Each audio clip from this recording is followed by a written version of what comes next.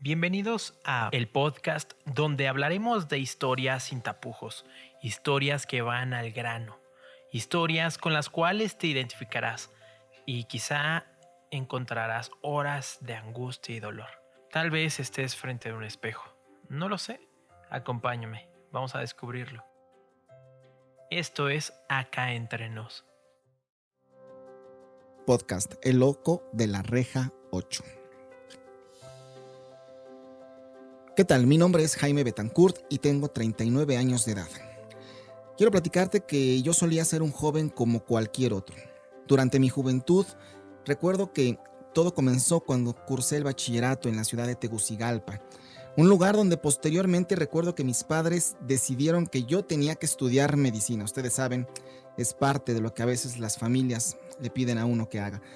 Sin duda, todo hombre en esta vida tiene muchas ilusiones y en mi caso no era la excepción. A esa edad tenía los deseos, anhelos de cualquier otro que deseaba concluir una carrera profesional y justamente esa fue mi motivación para concluir una carrera universitaria y por lo cual viajé hasta Guatemala para ingresar a la Universidad de San Carlos, un objetivo que sin duda logré.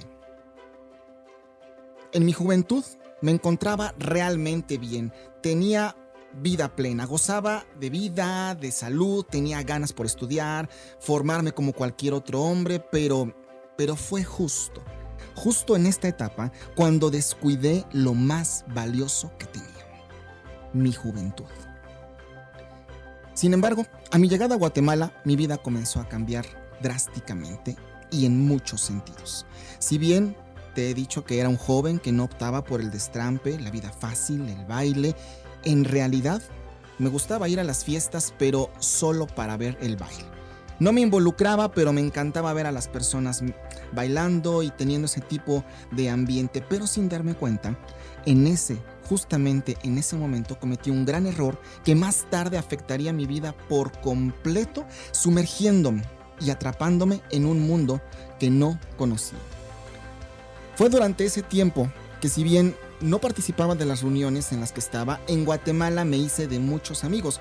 Conocí mucha gente que llegué a pensar era de confianza y que incluso me valoraban por lo que yo era. Pero realmente, en ese momento, me di cuenta que esta ingenuidad mía de pensar que los amigos eran realmente amigos fue lo que me puso a la puerta de un nuevo error. Ya que no pasó mucho tiempo después de que yo estuviera estudiando la carrera, involucrándome en esas fiestas y conociendo gente en esa sociedad, no pasó mucho tiempo para que yo me diera cuenta que todas esas personas que se decían mis amigos se acercaban a mí solo para invitarme a fumar marihuana o tomar o participar de algún vicio. Para esta época ya me había hecho de una relación muy cercana con un hijo de un hombre importante en Guatemala, debo decírtelo. Él siempre me acompañaba a las fiestas, pero había algo que comenzaba a incomodarme, no me caía bien, y es que se burlaba de mí porque decía: mira, Jaime, tú no bailas, tú no tomas, tú no participas, no haces nada, solamente te quedas ahí parado. Bueno, ni novia tienes. En pocas palabras, eso me molestó porque me di cuenta que si yo no era como ellos, si no hacía lo que ellos decían en el momento que lo indicaban, comenzaba a recibir de mis amigos escarnios, burla, rechazo, desprecio literalmente, y esas áreas más tarde me di cuenta que incluso comenzaron a formar un vacío en mi vida. Y aunque tenía las ganas de vivir, de estudiar, de hacer familia, de acabar una carrera profesional, estaba en una muy buena universidad, realmente ese futuro prometedor, acompañado de esos huecos en mi alma, se fueron haciendo cada vez más grandes, logrando desviarme de mi propósito original en la vida. La influencia de este amigo fue tan grande que, como a los 6 meses de estar en mi primer año de medicina, recuerdo bien que una tarde fuimos a una discoteca. En aquella ocasión me percaté que al fondo del lugar había un salón en el cual hombres, mujeres, todos entraban bien arreglados de inicio. Mujeres bien vestidas, hombres con ropa en ocasiones galante, y todos se pasaban directamente a ese salón. del cual, déjame decirte, después de unos 20 minutos aproximadamente, observé que aquellas jóvenes salían despeinadas y todas raras, con ciertas marcas en su forma de ser, en su rostro y en su cuerpo, que hacían notar que algo no estaba bien. El ver aquella escena me hizo preguntarme qué es lo que habría dentro de aquel salón. Debo confesar que la curiosidad se convirtió en una aliada enemiga para conocer cosas de las cuales después yo entendería que tendría que arrepentirme. Mis vacíos, el rechazo de las personas, la curiosidad, como te he relatado, las malas amistades, fueron elementos que en mi interior ocasionaron que yo cayera en este mundo de drogas. La imperante y constante necesidad de aceptación fue lo que me empujó a no reparar en gastos, a no reparar en las consecuencias que podría tener de participar en estas circunstancias. Sin embargo, mi amigo me decía, mira Jaime, ve a bailar, ve a involucrarte con las muchachas, toma un poco de esta droga, y poco a poco, con ganas de sentirme aceptado, acepté más pronto que después un cigarro de marihuana. Yo en lo personal decía, y en algunas ocasiones se lo mencionaba a este amigo, mira, yo no necesito de eso, tú puedes continuar con tu ambiente y gracias por invitarme, pero yo voy a estar aquí muy bien. Sin embargo, recuerdo que él dijo algo que tocó fuertemente en mi interior y no necesariamente para bien. Recuerdo que con una voz de autoridad, una voz de enojo, me miró a los ojos y me dijo, mira, agarra este cigarro de una vez por todas y fúmatelo. Y verás qué bien te vas a sentir. Tal como te lo digo, acepté su invitación. La verdad es que tomé el cigarro. Al inicio no lo podía fumar. Recuerdo que cuando empecé a absorber aquel cigarro, literalmente, casi me ahogo. No sabía fumar yo prácticamente. Nunca había fumado. Y cuando sentí el humo dentro de mí, algo recorrió mi cuerpo. Comencé a experimentar escalofríos, se me erizó la piel, pero al mismo tiempo me empezó a gustar. Disimulé poder pasar todas estas sensaciones que después me di cuenta que mi amigo conocía muy bien mientras me observaba. Para no hacer el cuento largo, comencé a fumar cada vez más y más. Y ahora, debo decirlo, lo hacía por gusto propio. Me gustó tanto aquel primer cigarrillo que para cuando lo terminé, de aquel joven pacífico lleno de planes, de sueños, de lo que te había platicado, con todos unos proyectos de vida y energía, no quedó nada. Una vez entrado en el tema, recuerdo que empecé a bailar. Me involucré en la fiesta. Me sentí muy envalentonado para hablarle a las muchachas, a tal grado que sin respetarlas, me acercaba y las agarraba. Las abrazaba, les faltaba el respeto y hasta ese momento, exactamente, yo no tenía claro bien qué era lo que había fumado, pero me gustaba la sensación. Era un joven sano que sin saberlo había fumado marihuana, la cual me hacía sentir superior. Y es que es ahí el problema, que yo me hacía sentir como alguien más. A partir de aquel día, llegó un momento en el que fumaba tanta marihuana y de forma tan seguida que empecé a sentir que mis nervios y mi sistema demandaban algo más. Poco tiempo después, la marihuana ya no satisfacía ni mis necesidades, ni mis expectativas, ni lo que se me antojaba. Ahora quería algo más fuerte, algo más poderoso. Digámoslo en una palabra, intenso. Así que hablé con mi amigo y le dije, mira, cuando empecé a fumar marihuana, me sentía bien, me gustaba. Y ahora, entre más fumo, resulta que necesito, algo más potente. Recuerdo muy bien que él me miró con cara de asombro y me dijo, ok, no te preocupes, ya sé cuál es tu problema.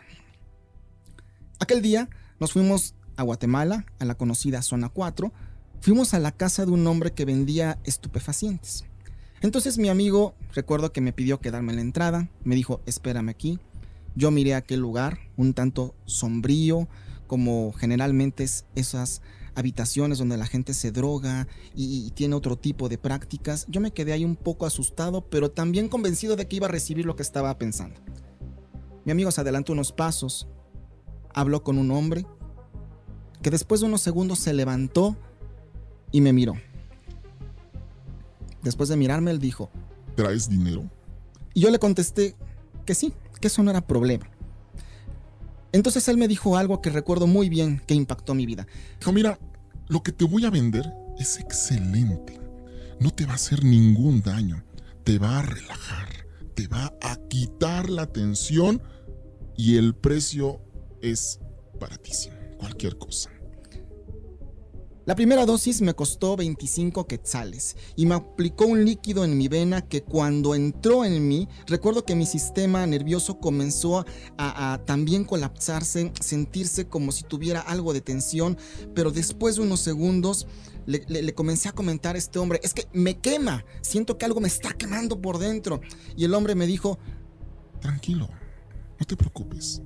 Esa es la primera sensación al principio. Es un malestar pasajero, pero el beneficio que vas a recibir después va a ser extraordinario y fabuloso. En efecto, fue tan fabuloso que a partir de ese momento, minutos después, comencé a mirar estrellas, me sentí un tanto alegre. Debo confesar que las sensaciones que tenía en mi cuerpo eran de bienestar y de placer, y la verdad es que me gustó, y eso no quiere decir que sea bueno. Ese hombre me había aplicado una dosis mínima de heroína.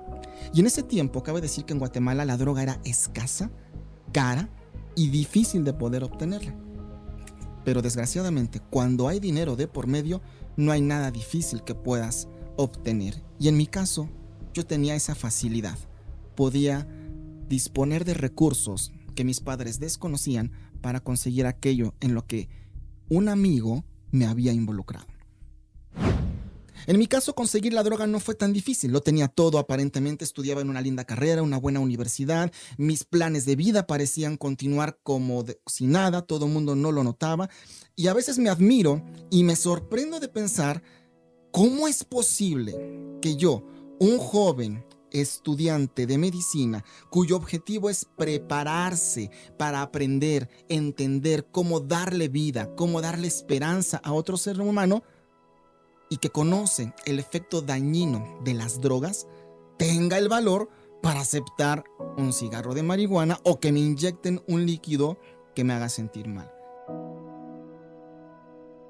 Pero déjame decirte algo: cuando tú no tienes a Cristo en tu corazón, cuando un hombre camina sin Cristo, es como un barco sin capitán.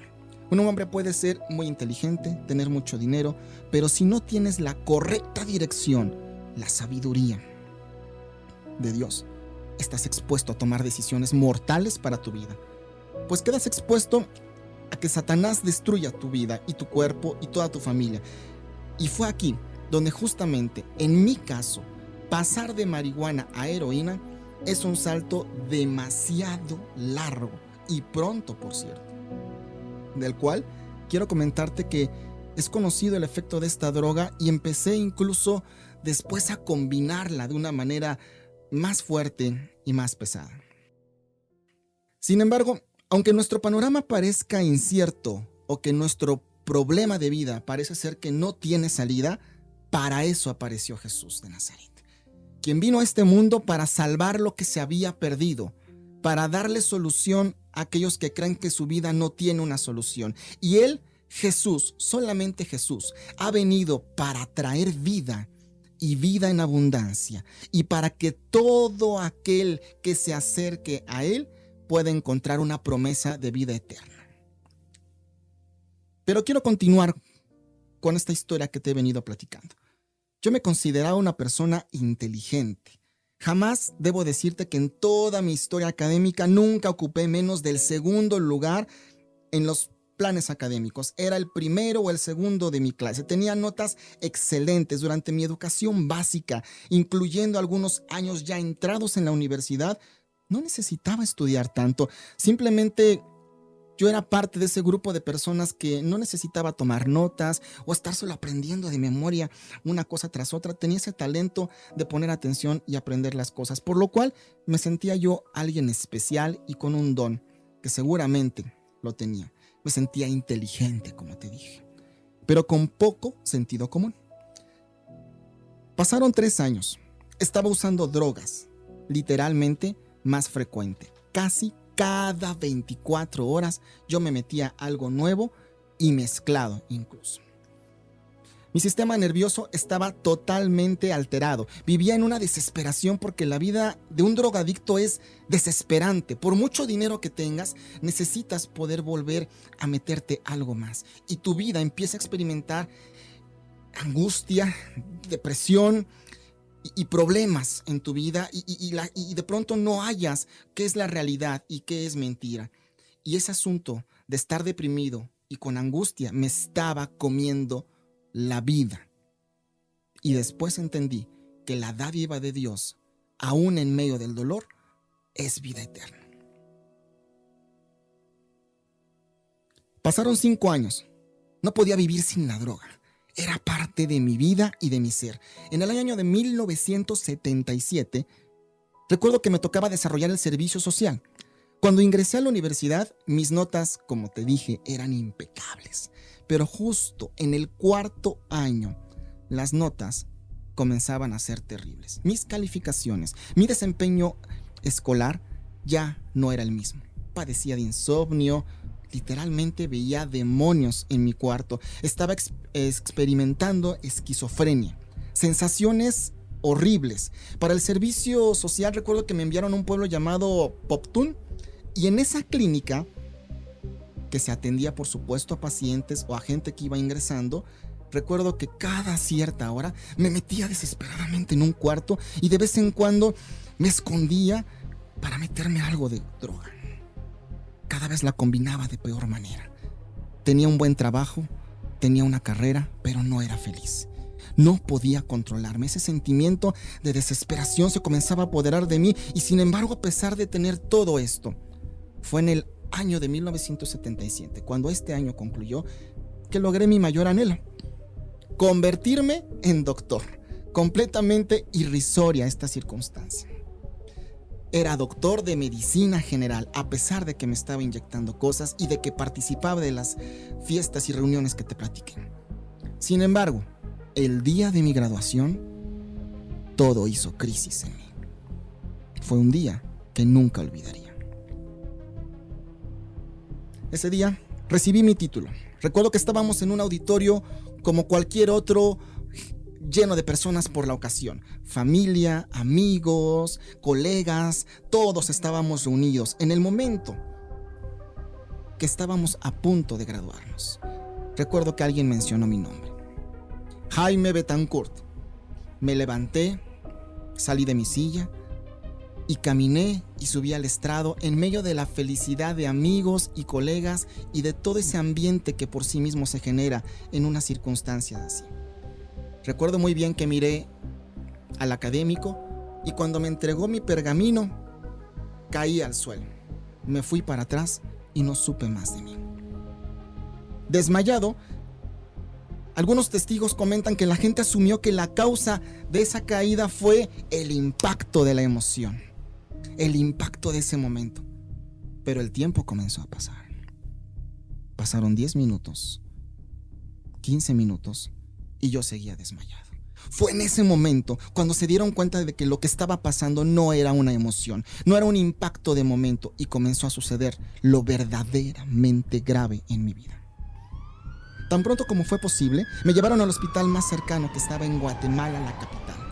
Me ingresaron de emergencia, me acostaron en una camilla. Médicos, enfermeros, enfermeras, todos comenzaron a rodearme y examinarme. Y atendieron algo que más tarde se diera en cuenta, que era una emergencia más que médica. Después de unos minutos, el relato de los médicos y enfermeros fue el siguiente. Dicen que abrí los ojos y que veían en mí como los ojos de una bestia, enrojecidos, que querían salirse de mí, y una fuerza descomunal que no daban crédito a lo que estaba pasando. Uno de ellos relató que en cuanto abrí los ojos brinqué de la camilla y me arrodillé en una posición de ataque. Dicen que con coraje en mi voz y estremeciendo mis dientes me lancé sobre una enfermera, lastimándola seriamente con gravedad. De hecho, ataqué su ojo, el cual lamentablemente perdió. Yo estaba fuera de control, estaba teniendo, en términos médicos, un ataque esquizofrénico y violento. Pero haber participado de las drogas tocó algo más profundo en mi vida. Dañó algo más profundo, mi espíritu. Me amarraron como pudieron. Lamentablemente la enfermera fue dañada de por vida. Llamaron especialistas y empezaron a analizarme. Me amarraron literalmente a una mesa. Entre amarres y vendas y fuerza de 3-4 personas, me llevaron a los rayos X y los neurólogos empezaron a hacer sus exámenes correspondientes. Después de unas horas, los médicos dieron el diagnóstico. Era irreversible. En mi cerebro había un tumor cancerígeno que había matado al menos 6 millones de células cerebrales. Sí, 6 millones de neuronas. Ese tipo de célula que bien sabes no se regenera.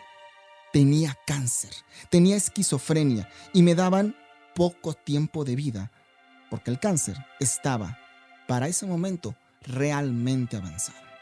40% de mi cerebro estaba destruido a causa de dicho tumor.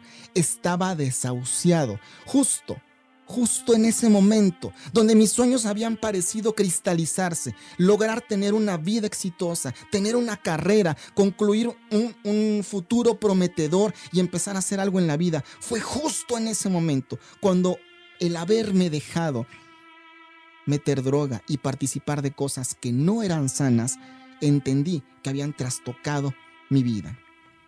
Empezaba a existir de parte de los médicos ese cúmulo de cosas de diagnóstico malas, peores y graves que se comenzaban a hablar de mí. Para entonces mi familia tomó valor y decidió llevarme a los Estados Unidos para que me analizaran especialistas diferentes. Tú sabes, una segunda opinión. El hospital era el mejor de Houston, Texas. Hospital metodista, por cierto, en donde me analizaron en una especie de cuarto donde había muchas personas y con un gran tratamiento me empezaron a dar quimioterapia. Abrieron mi cabeza. 4 pulgadas fue el espacio necesario para drenar de mi cerebro líquido cancerígeno que salía de mi cabeza. Mis familiares, al ver que no había esperanza, retornaron junto conmigo a Guatemala, a un hospital psiquiátrico con la edad tan solo de 22 años. Una vez que llegué a la clínica, los médicos me dieron solamente 3 meses de vida. Para ese tiempo, en la ciudad de Guatemala, había un hombre muy sencillo que Dios llamó del campo a la ciudad a predicar su palabra. Era un hombre, déjame decirte que analfabeta, pero era lleno de la gracia y del poder de Dios. Su nombre era José María Muñoz. Antes de morir, este hombre, José María, dejó 850 iglesias fundadas. La clínica en la que mis padres decidieron internarme tenía cierto estatus económico, lo cual implicaba que era caro permanecer ahí. Así que me asignaron a una reja, me metieron en un cuarto y desde ese día me llamé el loco de la reja 8. Eso era para ellos. Un loco, con una perforación en la cabeza de donde drenaba todo el cáncer. Era un olor repugnante que día y noche yo mismo olía. La gente no se quería acercar al lugar. Incluso llegué a perder todos los sentidos. Cuando las enfermeras me iban a dar de comer, era una experiencia inhumana. La comida me la tiraban en el suelo como a un perro. Cuando me bañaban, lo hacían con una manguera a distancia y a presión, porque lo único que producía, no solo el olor que salía de mi cabeza, sino toda mi persona, era un asco. Y por esa razón, he aprendido a amar más a Dios. Cuando todos me despreciaron, cuando nadie daba nada por mí, cuando nadie me amaba y mis amistades eran falsas, Jesús bajó del cielo y Él me amó tal como era. En aquella celda, recuerdo que era un día a las 5 de la tarde, hora de Guatemala, cuando relatan que el hermano José María Muñoz estaba en oración en su casa y Dios le reveló algo. Dice que él escuchó una voz audible y le dijo: hijo mío, quiero que vayas a la clínica para enfermos mentales porque tengo un trabajo para ti. El hermano José María Muñoz era un hombre especial, así que se levantó y fue a la clínica tal como Dios se lo pidió. A José le gustaba orar por las personas, pero con los que sufrían un grado de locura, particularmente un grado de esquizofrenia, sí que era reservado. Así que aquel día llegó a la clínica y pasó directo a la oficina del director, quien de manera forzada justamente se encontraba al final del pasillo, pero tenía que atravesar todas las celdas donde estaban todos los internos y todos los enfermos. Así que continuó su camino y de manera decidida llegó hasta la oficina de aquel director.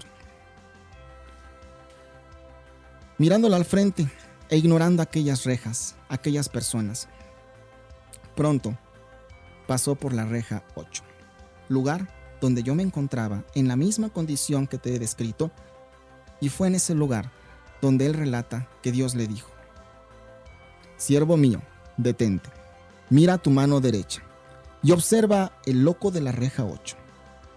Él con temor se dio vuelta y cuando yo vi su expresión era una expresión de miedo, porque como me veía yo era una expresión de terror. Mi persona no tenía prácticamente ni pies ni cabeza. En ese momento Dios le dijo: quiero que sepas que ese loco será un vaso de barro que servirá para mi gloria y mi honra. Cuando él escuchó esta voz, él dijo en su corazón: yo he visto toda clase de pastores, toda clase de casos, pero como este, Señor, jamás. Dios le dijo: quiero que sepas que soy el mismo ayer, hoy y siempre, así que quiero que ores por él. José no quería orar. La verdad, tenía miedo, ya que no sabía la reacción de aquel hombre, que era yo, preso en esa cárcel. Así que le dijo que no oraría por mí. Dios le dijo de nuevo: siervo mío, ¿acaso no te he dicho que si lo crees verás la gloria de Dios? Entonces, eso bastó para que José fuera a la oficina del director, su amigo, y le dijo que le abriera la reja 8 porque quería orar por aquel hombre llamado el loco de la reja 8. La expresión del médico fue de duda. Y el médico relatan que le contestó: ¿me estás pidiendo que te abra la reja del paciente más peligroso de esta clínica? ¿Sabes a lo que te estás enfrentando? Entonces el hermano José María lo sujetó fuertemente de la ropa y le dijo: en el nombre de Jesús, ábreme la reja 8. Así que el médico se levantó, abrió la reja e incluso todo el personal en turno fue. Se pusieron alrededor de mí, la reja se abrió, agarraron al hermano José y lo metieron y cerraron detrás de él la puerta. En ese momento estábamos solos él y yo. Al menos eso pensé, porque el hermano no venía solo. La celda era como de 5 metros cuadrados. Yo vivía ahí todo el día, todos los días, a toda hora. En cuanto lo vi, mi reacción fue como la de un tigre atacando. En ese momento fui tan violento que brinqué desde donde estaba, lo ataqué lleno de demonios, lleno de fuerza sobrenatural, y cuando lo iba a atacar, a punto de tocarlo, él levantó sus manos al cielo y repitió estas palabras: la sangre de Jesucristo tiene poder, y en el nombre de Jehová de los ejércitos te ordeno, espíritu del diablo, que salgas de este cuerpo, porque este cuerpo, de ahora en adelante, le pertenece a Jesucristo. Lo que los testigos relatan es que cuando José dijo la última palabra, aquel cuerpo violento y esquizofrénico de mi persona cayó al suelo desplomado. Encima de eso, José se arrodilló, puso su mano sobre mi frente y empezó a orar por mi persona, por aquella persona que nadie daba un quinto, que tenía todo perdido, y puesto en el suelo de rodillas conmigo, vio mi cuerpo inmóvil y comenzó a orar. A los 10 minutos, tu servidor, quien narra esta historia, Jaime Betancourt, despertó. El médico había dicho que yo estaba desahuciado por los especialistas. No tenía mucho tiempo de vida. Abrí mis ojos y por primera vez vi a un viejito que en aquel tiempo aún pensaba que estaba loco y que oraba por mí diciendo una frase continuamente: la sangre de Cristo tiene poder, la sangre de Cristo tiene poder. Y yo le decía loco porque para mí era inusual ver algo así. Los médicos testigos recuerdan que yo le dije: te voy a denunciar con mis padres por lo que estás haciendo. Y de repente José me dijo unas palabras: hijo mío, yo no te tengo secuestrado. El que te tenía así era el diablo. Jesús vino a darte libertad. En ese momento algo cambió en mí. Volví en mí y me di cuenta que estaba viendo, hablando, escuchando y sintiendo completamente pleno con todos mis sentidos. El primero que me escuchó hablar fue el director y cayó asombrado por lo que vio. Y asimismo, todos los que estaban de turno, todos cayeron de rodillas. El director se levantó y maravillado decía: está hablando. Los testigos relatan que mientras José oraba, la herida en mi cabeza comenzó a cerrarse poco a poco hasta quedar completamente cauterizada. Para ese momento ya eran las 9 de la noche. El director llamó a los médicos que sabían de mi caso. Pidió expediente, que me transportaran a un hospital para analizarme. Había muchos doctores que para ellos yo era un caso de aquellos que les encanta estudiar y experimentar. Comenzaron a examinarme, me metieron en estudios, me hicieron algunos tratamientos, me pedían que sacara la lengua, en fin, toda esa escena que tú te has de imaginar cuando alguien a punto de morir y sin esperanza de vida y médica, de pronto sale a la luz. Y es que era el milagro hecho por el mismo Jesucristo, que tuvo compasión de mi vida. Cuando me examinaron, algo grandioso pasó. En uno de los estudios se reveló que yo tenía un cerebro nuevo, como el de un niño, sano. El tumor había desaparecido. Los médicos seguían haciendo estudios y no daban crédito a lo que estaba ocurriendo. Realmente estaban asombrados. Jesús no solamente me sacó de aquel lugar, sino que restauró por completo todo lo que estaba en mi vida. A los 5 días le di conscientemente mi vida a Jesucristo. Al segundo día ya compartía la palabra y lo que hizo Jesús en mi vida. Yo amaba a Dios y lo amo, tengo que enfatizar, con todo mi corazón, porque solamente Él tendió su mano cuando mi familia, los médicos y los diagnósticos estaban en mi contra, cuando nadie me quería, cuando todos esperaban que lo mejor que pasara era que muriera. Jesucristo vino a darme vida y vida en abundancia y lo hizo con todo su amor perfecto, ese amor que sobrepasa todo entendimiento. Y para ti que me escuchas, esa es mi invitación. Dale una oportunidad a Jesucristo. Si tu vida no tiene esperanza, es el momento de que te acerques a Él y encuentres la salida. Jesús te ama por encima de cualquier problema. La mentira más grande que te hacen sentir las drogas son la sensación de superioridad y creer que las puedes dejar cuando tú quieras. La satisfacción que te ofrecen solo es momentánea, todo eso es pasajero y siempre te llevarán a buscar más, al punto de perderlo todo. Si esta es la historia de tu vida, quiero que sepas que hay una salida y se llama Cristo Jesús. Quiero que sepas que este Jesús sigue liberando y sanando hoy en día. Él desea venir y tocar tu vida con su amor y poder y transformarla por completo. Porque hoy en día la sangre de Cristo sigue teniendo poder y tú, al igual que el loco de la celda 8, puedes ser libre si pones toda tu confianza en Jesús. Si te encuentras atrapado entre drogas y vicios, quiero ofrecerte ayuda. Quiero apoyarte y decirte que es posible salir de esta trampa. Déjame caminar a tu lado y tenderte una mano. A veces, solo necesitamos a alguien que crea en nosotros. Si no sabes cómo empezar, lo primero es poner tu confianza en Jesús. Repite después de mí: amado Jesús, hoy me arrepiento de todos mis errores. Me arrepiento de esta mala decisión de haber dicho que sí a las drogas y a los vicios. Hoy pongo toda mi confianza en ti y te pido que me ayudes a poder salir de este problema.